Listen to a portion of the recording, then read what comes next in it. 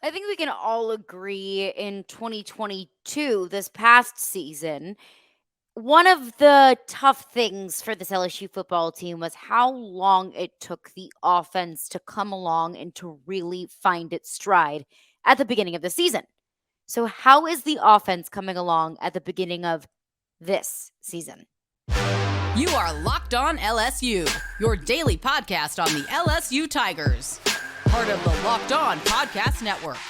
Your team every day.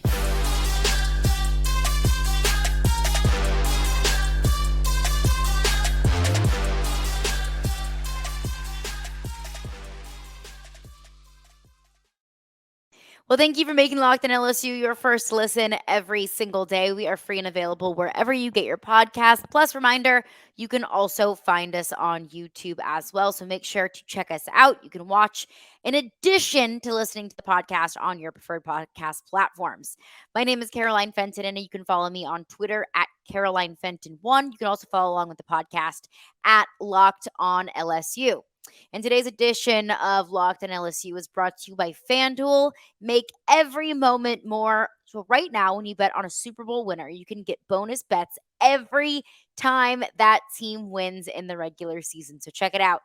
FanDuel.com/locked on.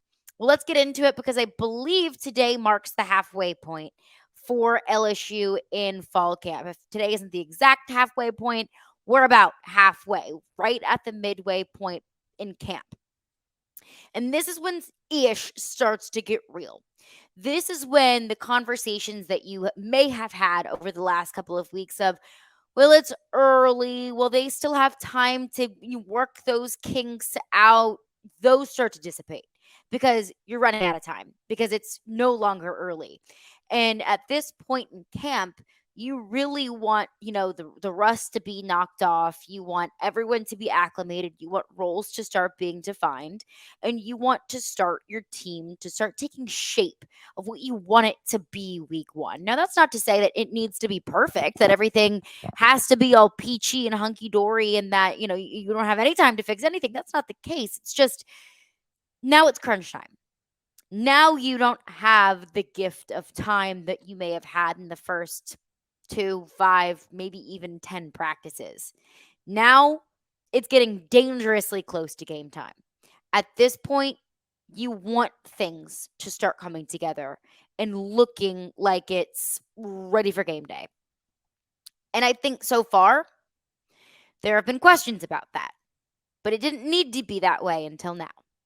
But now, it looks like things are really coming together. And I say that for one of two reasons. One, it's always hard in training camp to evaluate whenever you're not going up against other teams because there are so many times where you might see something and say, like, let's say it was a really beautiful pass. Let's say hypothetically Jayden Daniels to Malik Nabers, a beautiful pass. Okay, well, was that a really great throw or did the defensive line not get pressure on him? Well, was it a great catch by Malik Nabers or was it whiffed coverage by the defensive back? You know what I mean? Or if it was a great defensive play, if the defense just dominates the offense, is the defense good or is the offense just bad? You see what I mean? It's kind of hard to determine, and you can really look at it either way you'd like, glass half full or glass half empty. But one reason why I feel confident now is because it has felt like there are a lot of days that are 50-50. It has felt like there are a lot of days that you step away and you say, I don't really know who won the day, offense or defense, because we saw a whole lot of good from both sides. I like that parity. I like the fact that we can step away from training camp every single day and say that was good or that was bad or the offense did some good things and the defense did some good things. There's still things to work on, but overall we feel good about it. And I think the offense is really getting to that point because a couple days ago, I would say the end of last week, let's just say, for argument's purposes, this time last week, Jayden Daniels had his best day in camp. That he looked more in command of the offense than he has all camp long. His arm looked stronger than he had looked all camp long. He was more accurate than he was all camp long. He was hitting receivers in stride more than he had all camp long.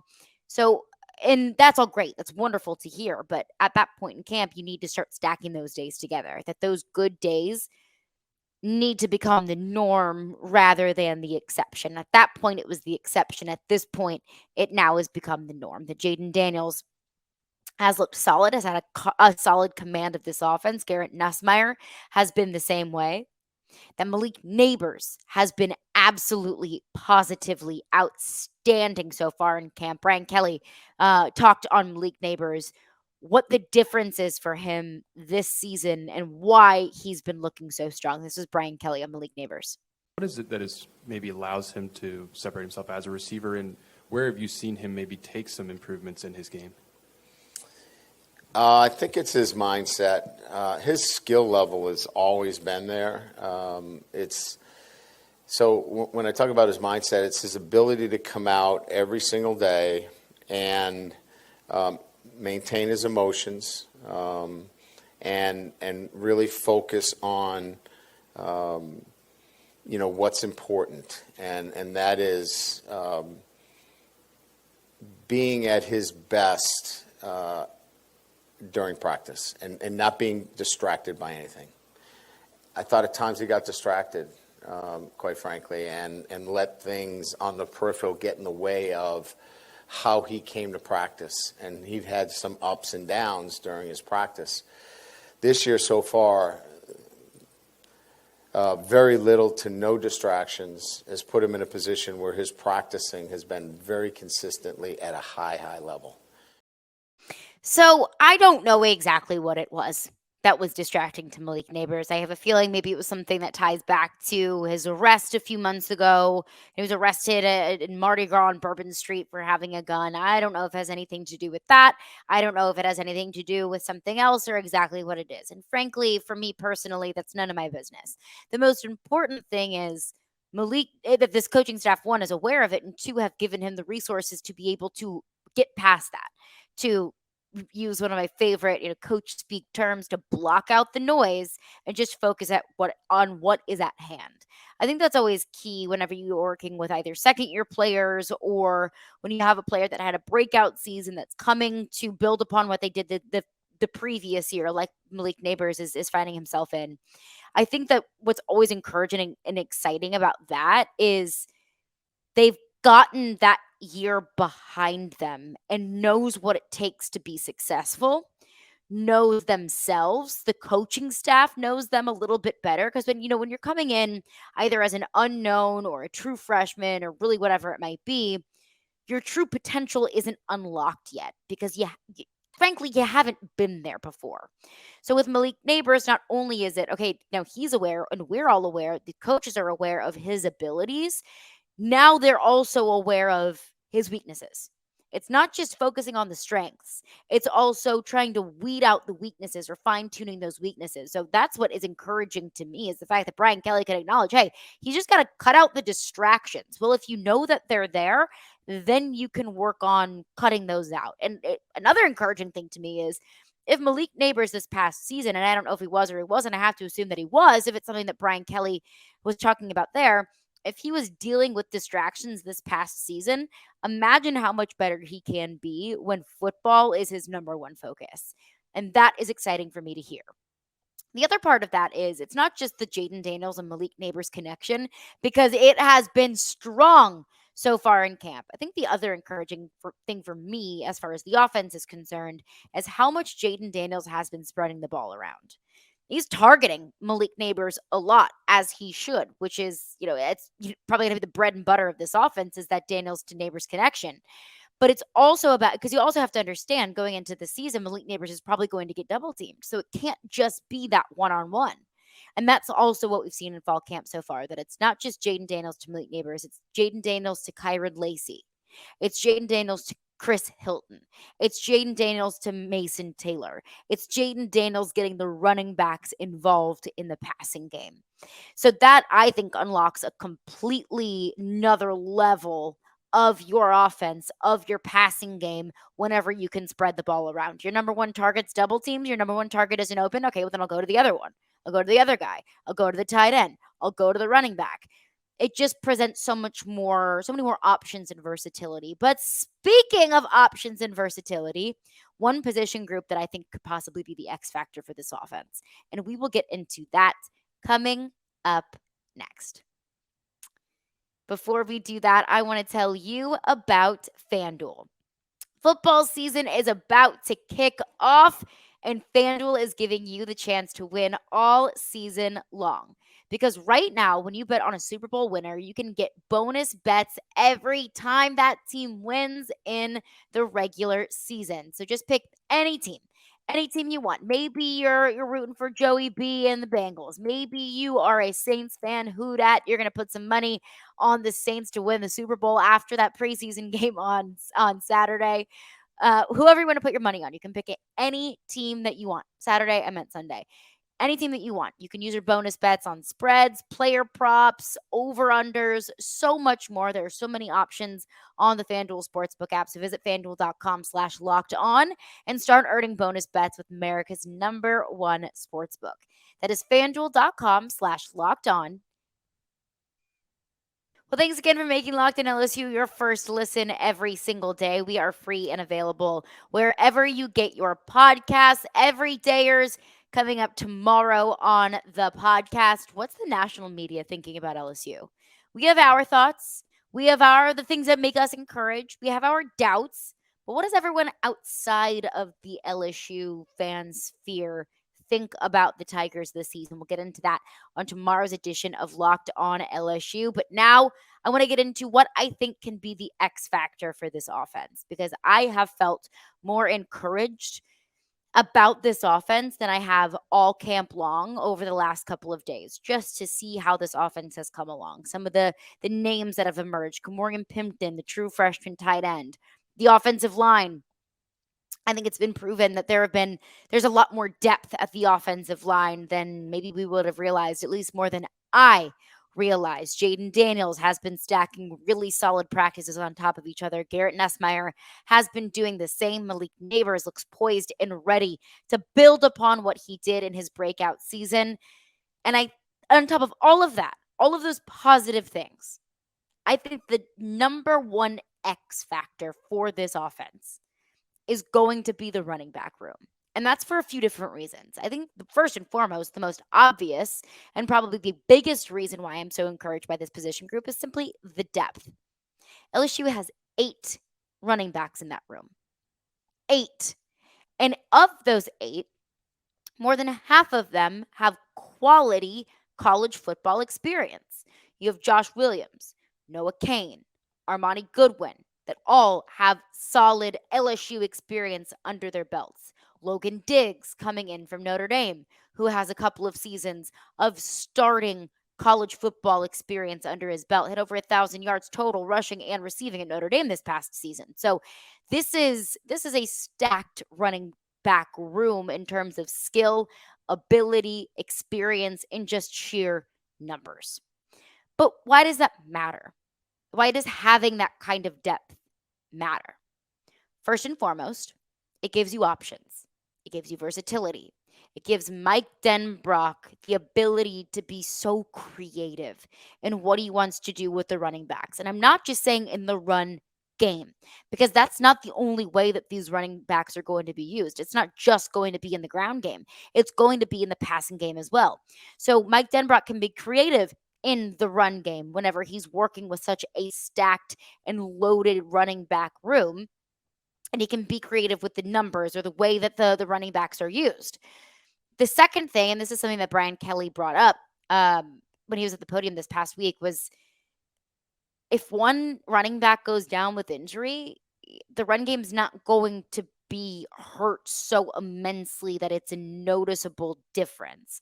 I don't want to say that, okay, one running back goes down, then it's just plug and play, and that the player doesn't matter.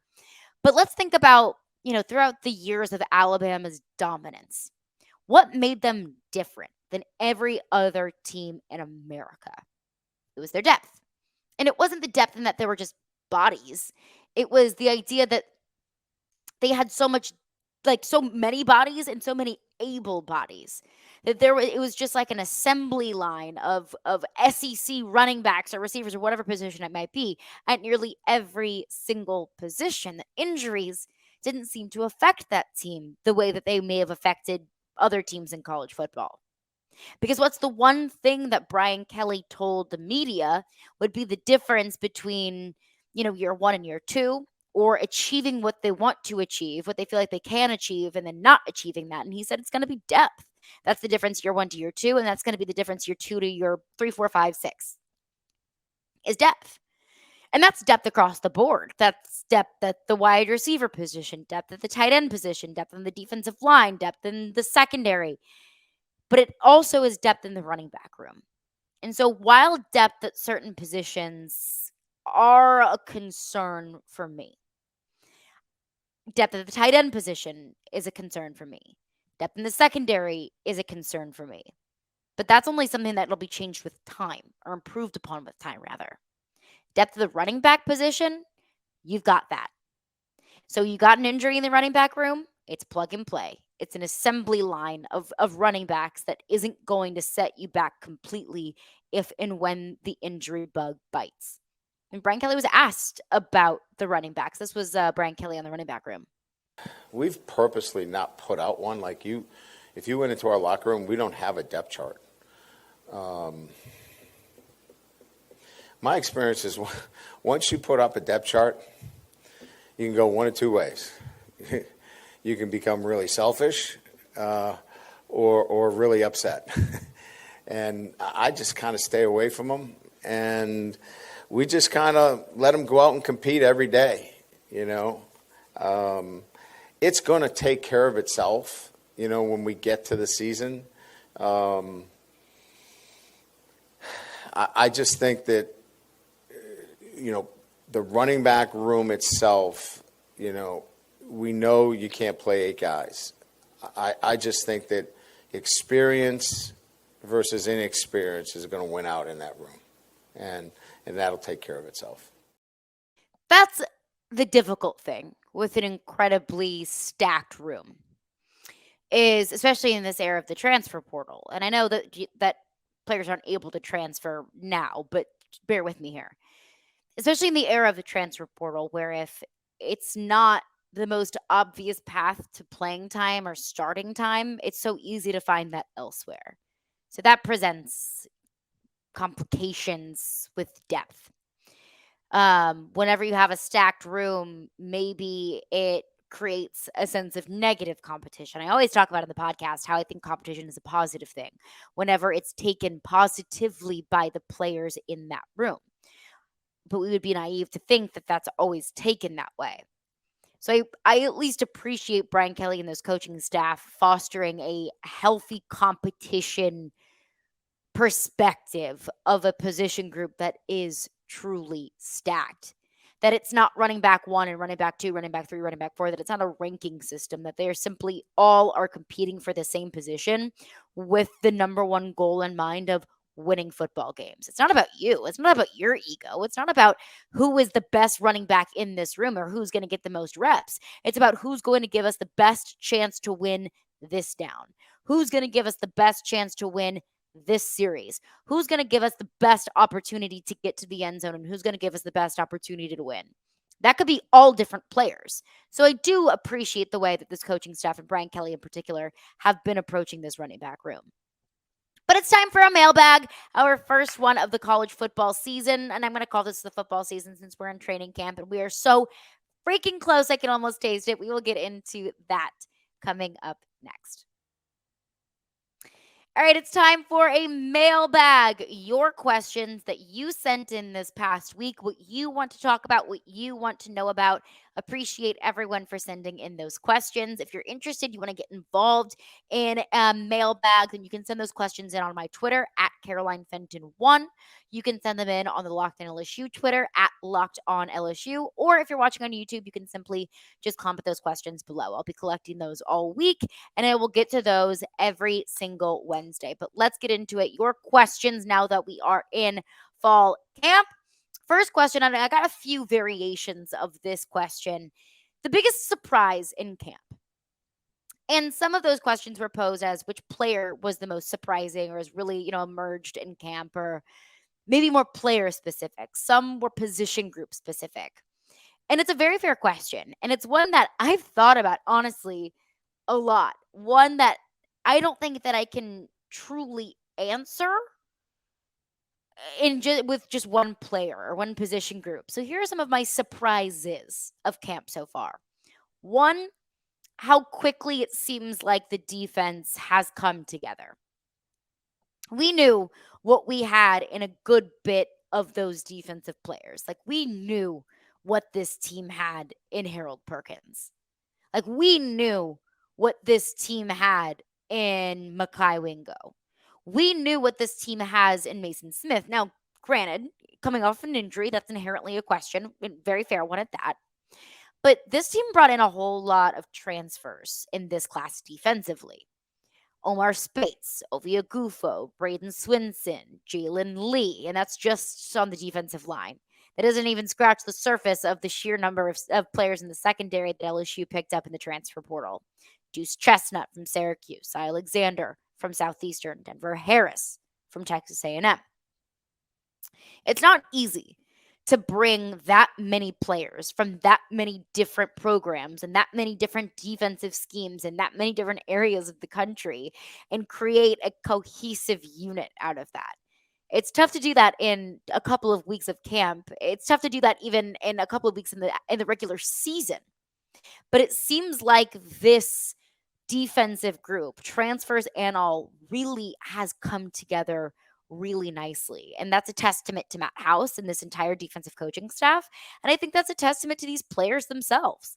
I look at Omar Spates, for example. I mean, everything that I hear about this kid or see of this kid or read about this kid is that he is just, he grinds his butt off, that he's a leader on the field, that he just, every single rep he gives is 110% effort. And I think there's a lot of value to Omar Spates bringing in how much experience and expertise he has. I mean, he was a 4-year starter at Oregon State. He's a captain this past season at Oregon State. So he brings a veteran leadership presence to this linebacker room that I think is going to prove to be invaluable. Ovia Gufo is another example of that as well. So I think how quickly the defense has come together and how confident they have looked so far in training camp has been one positive surprise for me. And if we want to get into specific players, one player that I've talked a lot about is Ashton Stamps. Not a name that I expected to say as many times as they have on the podcast in the past week or so, but a very positive surprise nonetheless. Another question, very interesting question, and a question that I've talked about a lot with just myself or other, friends who are college football fans, not necessarily LSU fans, but college football fans. So do you think that LSU can make the college football playoff even with a loss to Florida State? Because I was asked this the other day. I went on the News of Montgomery with a friend, the host of Locked On Crimson Tide. He asked me, how do you feel about LSU scheduling a game like Florida State so early in the season? I was like, I'll be honest with you, I got a love-hate relationship with it. I love that this team gets some real competition week 1 of the season. I love that I get to learn a lot more about my team week 1 than maybe another team that scheduled a cupcake week 1. But what I don't love about it is if you lose that game, you're probably going to be counted out for the rest of the season, and that stinks. But also, I do think that LSU can still make the college football playoff even with a loss to Florida State. Because I think Florida State's going to be really good this year. It definitely makes, not just LSU, Florida State too. Whichever team loses this game, it's going to shrink the margin for error exponentially for the rest of the season. You lose to Florida State, that puts a whole lot more pressure on every other conference game on your schedule.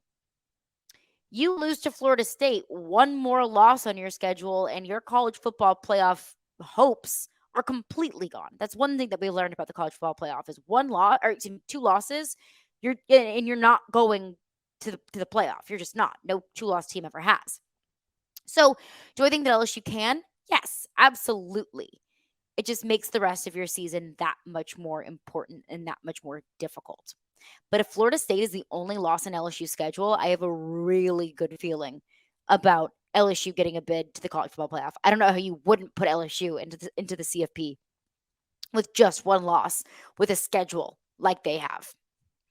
And the third and final question that I will get to on this week's Mailbag Wednesday. Which game am I most excited about? And this is tough for me because obviously Florida State, for a myriad of reasons. One, it's the first game on the schedule, so obviously I'm pumped about it. The second reason being it's a huge game. It's potentially a season-defining game. It's going to be a game that everyone in America's eyes are going to be glued to. One, because it's a great game. Two, because it's the only game on at the time. So it's easy for me to say Florida State, so I'm not going to use that as a cop-out. I'm going to say Ole Miss. And it's not just because some of my best friends went to Ole Miss. It's not just because I'm going to that game and I'm very excited for it. It's because I think it's placed in a very interesting time of the schedule. Because you get past Florida State, you've got Grambling, Mississippi State, and Arkansas, 3 very winnable games. You get past Ole Miss, you got Missouri, Auburn, and Army before you get to Alabama. So those are 3 winnable games. We'll see where Auburn is at by the midpoint in the season, where Hugh Freeze is able to get this team midway point in the season. But Ole Miss is sandwiched between 3 very winnable games in Grambling, Mississippi State, Arkansas, Missouri, Auburn, and Army. So if you can get past Ole Miss, which is going to be, probably an SEC network game. Ole Miss is probably going to be a very, highly touted team. Ole Miss always is. A Lane Kiffin coach team always is, especially at that point in the season. So if you get past that game, you could potentially be going into Alabama undefeated. So you beat Florida State, you got 3 winnable games. You beat Ole Miss, you got 3 more winnable games. Well, there you go. You are 8-0 heading into Alabama. And even if you drop that game in Tuscaloosa, you've got 3 more winnable games after that in Florida, Georgia State, and Texas A&M. So you could potentially be 11-1 at that point. And depending on what Alabama does, you may or may not win the West with that. So I think that Ole Miss falls in a very pivotal point of the season, and it's going to be a test, but it's not an I don't want to say overly difficult test because I don't know that quite yet. But traditionally isn't the most daunting task or isn't the most daunting game on LSU's schedule, but falls at a point where I'm sure they're going to be hungry for some stiffer competition and is going to provide a whole lot more confidence going into the rest of the schedule. So I'm pumped for Ole Miss. I think that's going to be a really fun game. But that's going to do it for me today. Thank you for making Locked On LSU your first listen every single day. Of course, we are free and available wherever you get your podcasts. Everydayers. What's the national media saying about LSU? Are their expectations as high as our expectations? We'll get into that on tomorrow's edition of Locked On LSU.